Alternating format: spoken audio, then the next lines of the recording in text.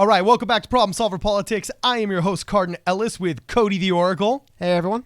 And we've been talking about this video for a long time, but now it finally came. A lot of people talk the talk, but not a lot of people walk the walk.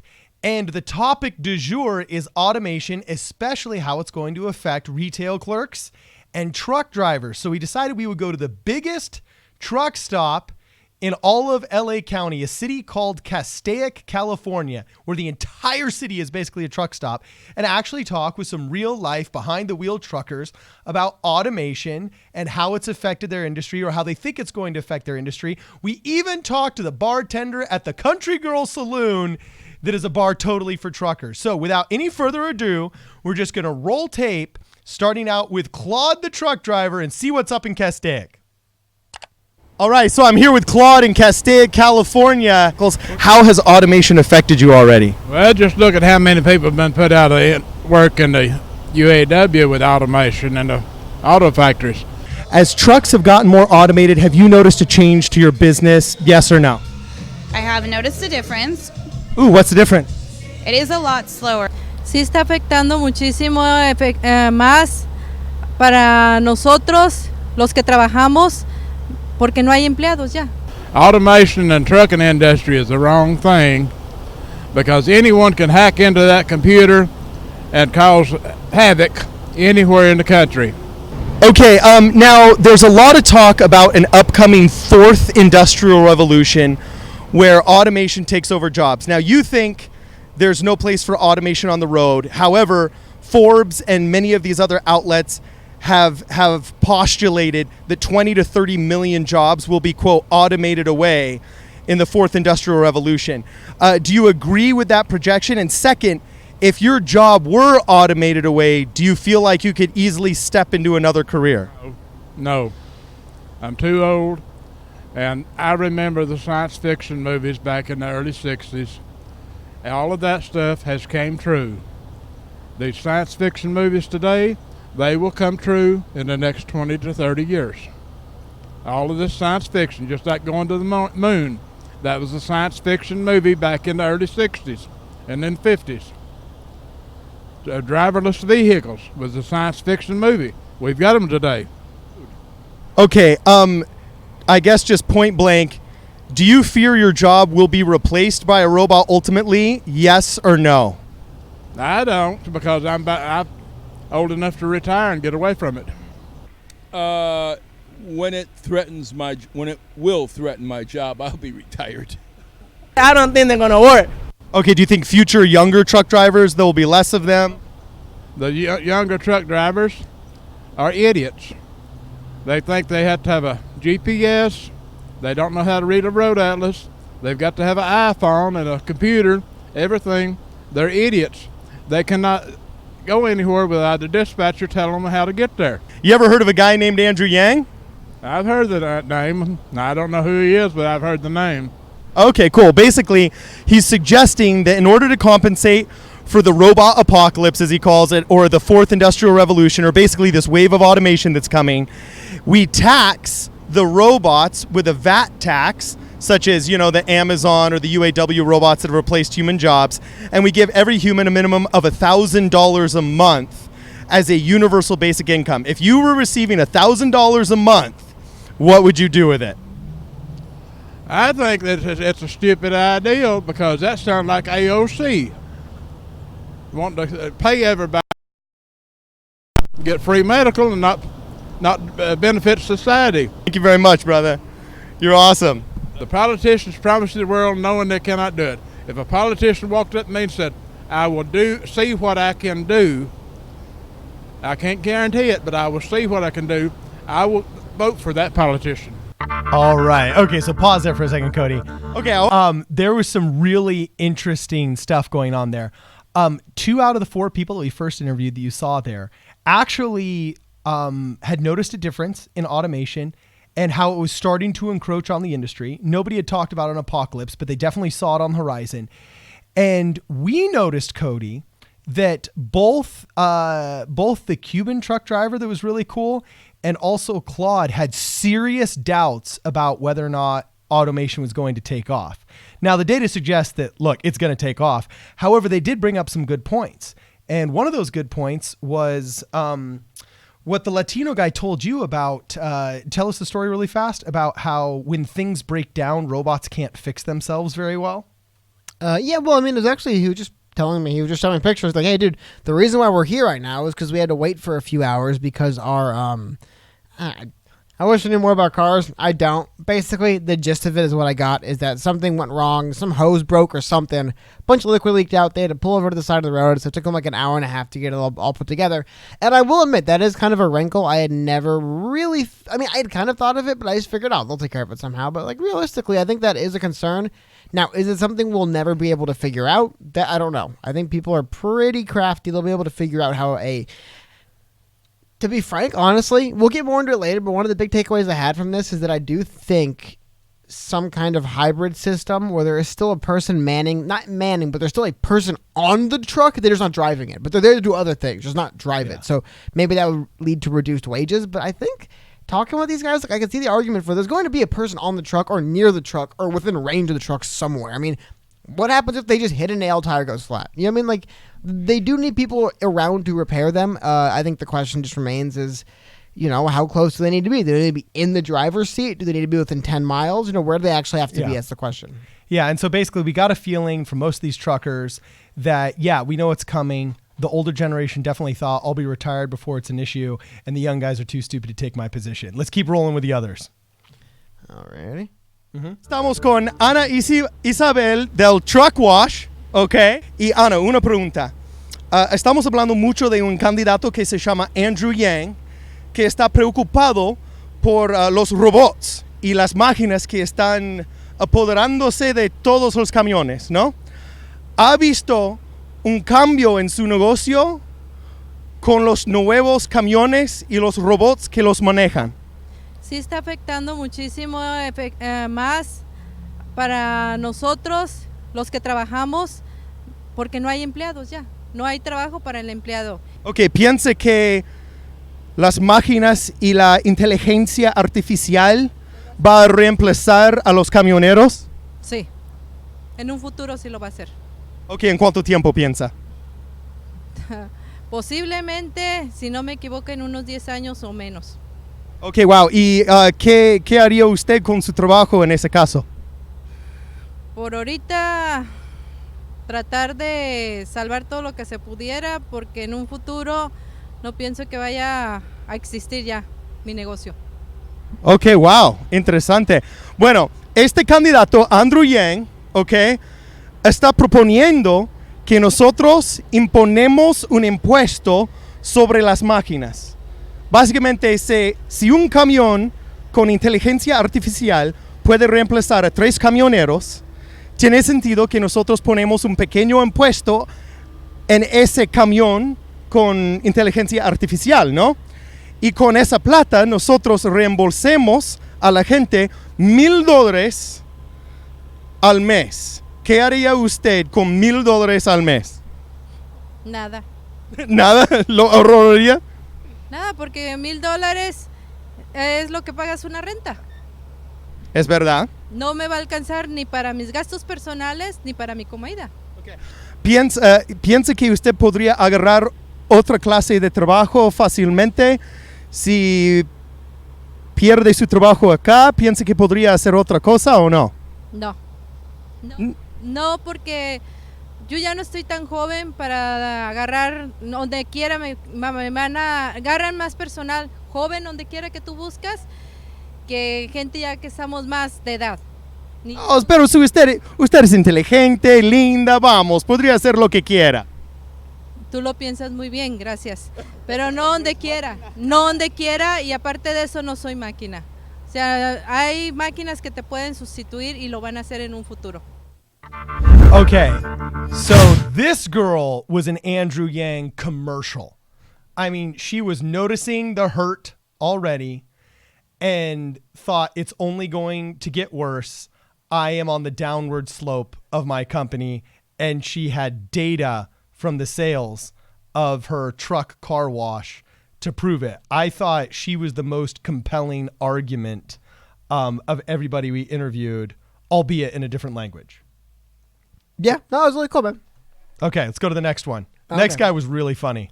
Our Cubano friend. Well, I've been a truck driver for 17 years, and I believe that industry probably might not work. If they have somebody sitting there, I don't think they're gonna work.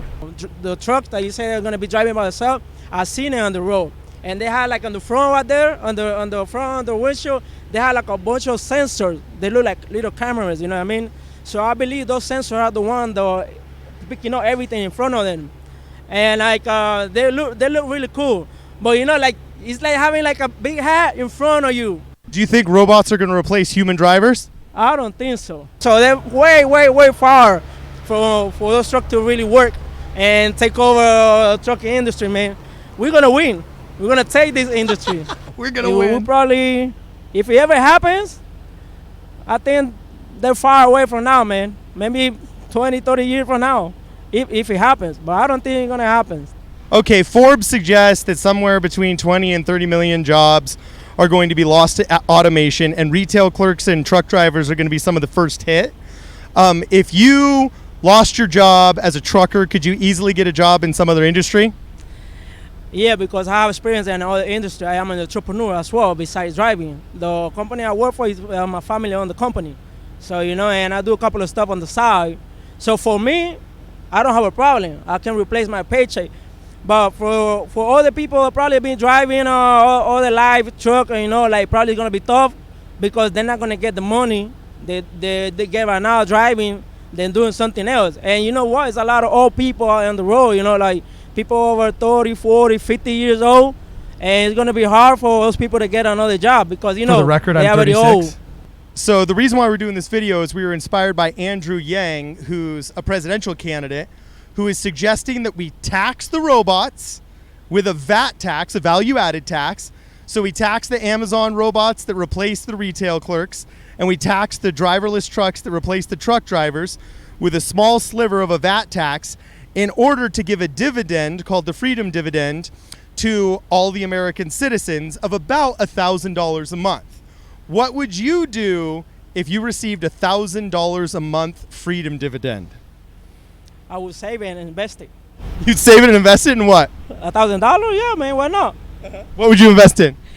Whatever I can invest, bro. All right, awesome. All right, this guy is the one that thought the robots would never take over because they can't repair their own vehicles, which I thought was an interesting take. I definitely got the feeling that repair was a huge part of the industry perception from these truckers. Let's go see what John has to say. He had the coolest truck too. All right, so we're here in Castaic, California with, what's your name? John Ferris. John Ferris. Okay, John Ferris. Awesome. Where are you from, John? I'm from Green Bay, Wisconsin. All right, awesome. Okay, so how long you been driving trucks? Oh, 30-some years.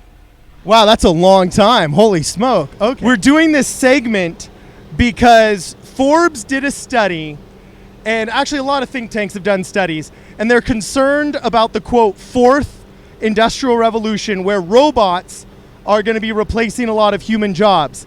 And the first two jobs on the chopping block seem to be retail clerk, which is one of the most common female jobs, and truck driver, which is one of the most common male jobs in 29 states.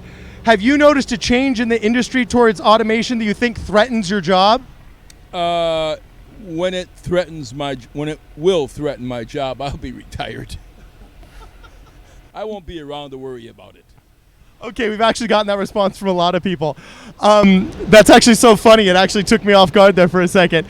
So you feel like, okay, I'm not as threatened, but do you suspect that maybe what people suggest about jobs on a large scale being replaced in the next 10 years could come true? Possibly, yes.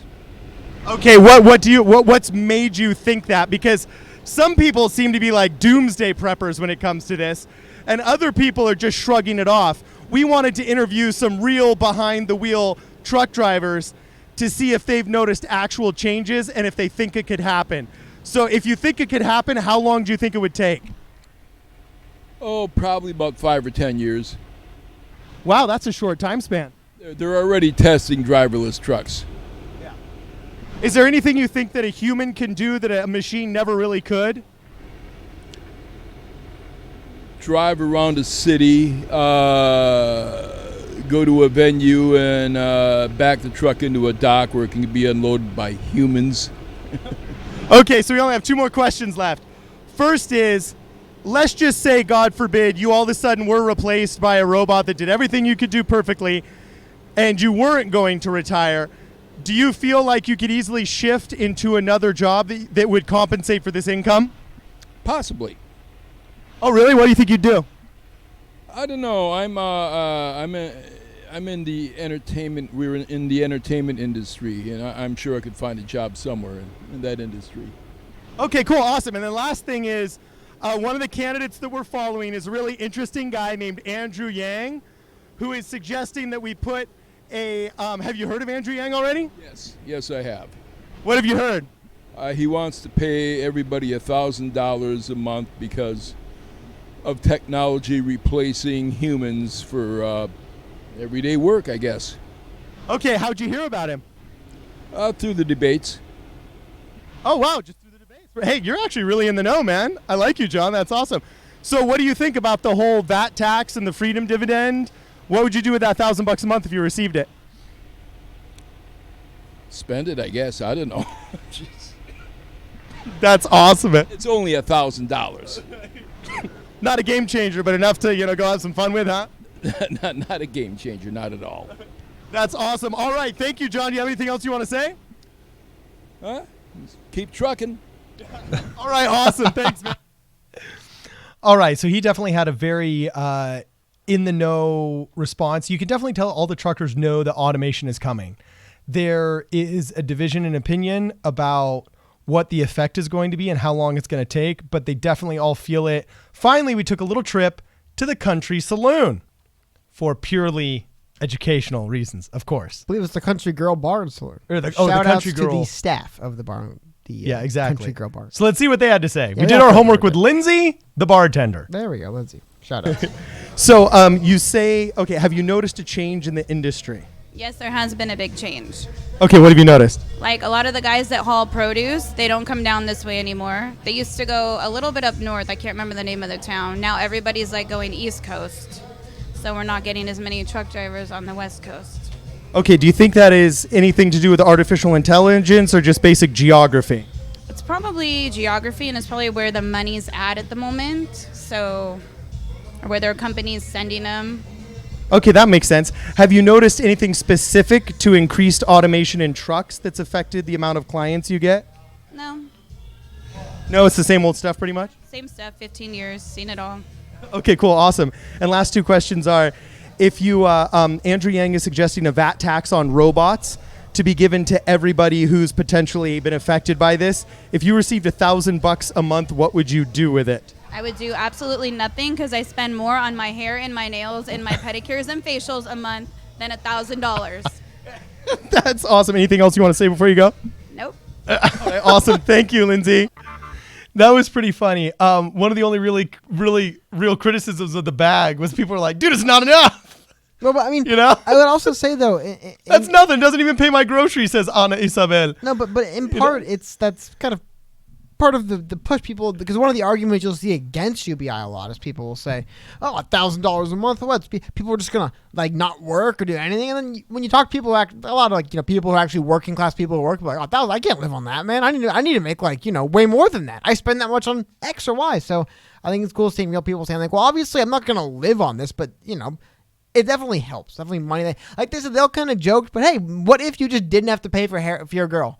You didn't have to pay for hair and makeup anymore. It just came in from the government. You know what I mean? Yeah, so Ain't maybe Andrew Yang just needs to start pitching this different. Instead of secure the bag, just secure the mani-pedi.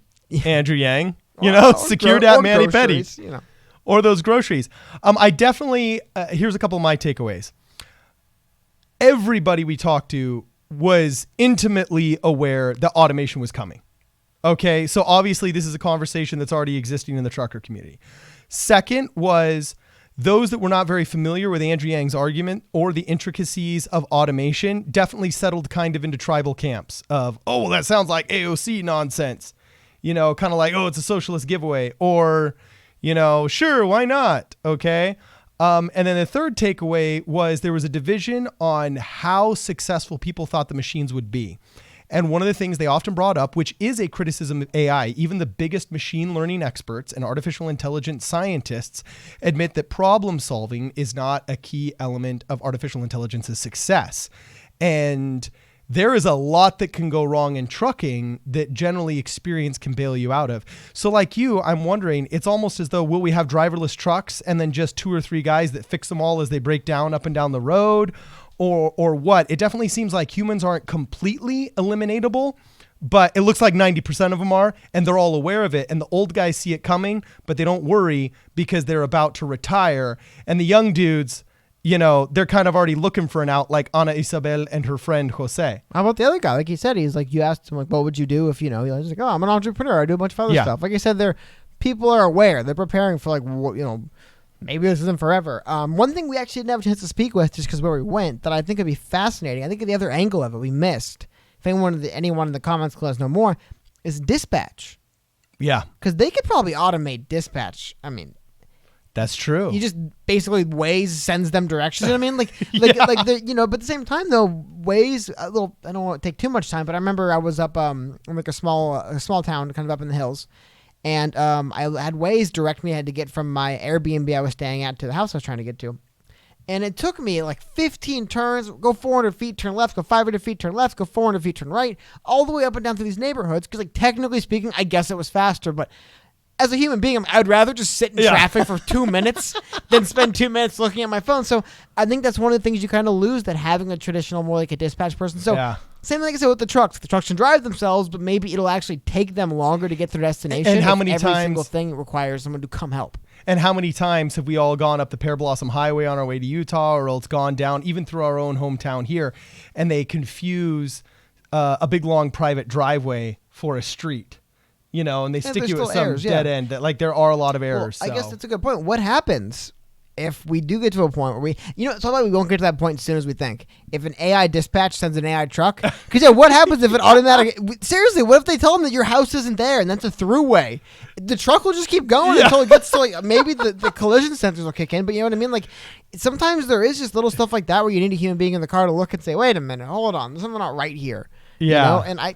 But like I said, the truckers, obviously, they're in the trucks. They drive. They know every day, like, oh, my God, imagine if this car was just going automatically. It'd be chaos. But at the same time, people obviously, if we know these problems, the people who write the AI, they know these problems, and they're working on them. Yeah, so it definitely seems like if truckers were writing the script to this movie, it may not be called The Robot Apocalypse 2020, but maybe like The Robot Apocalypse 2035.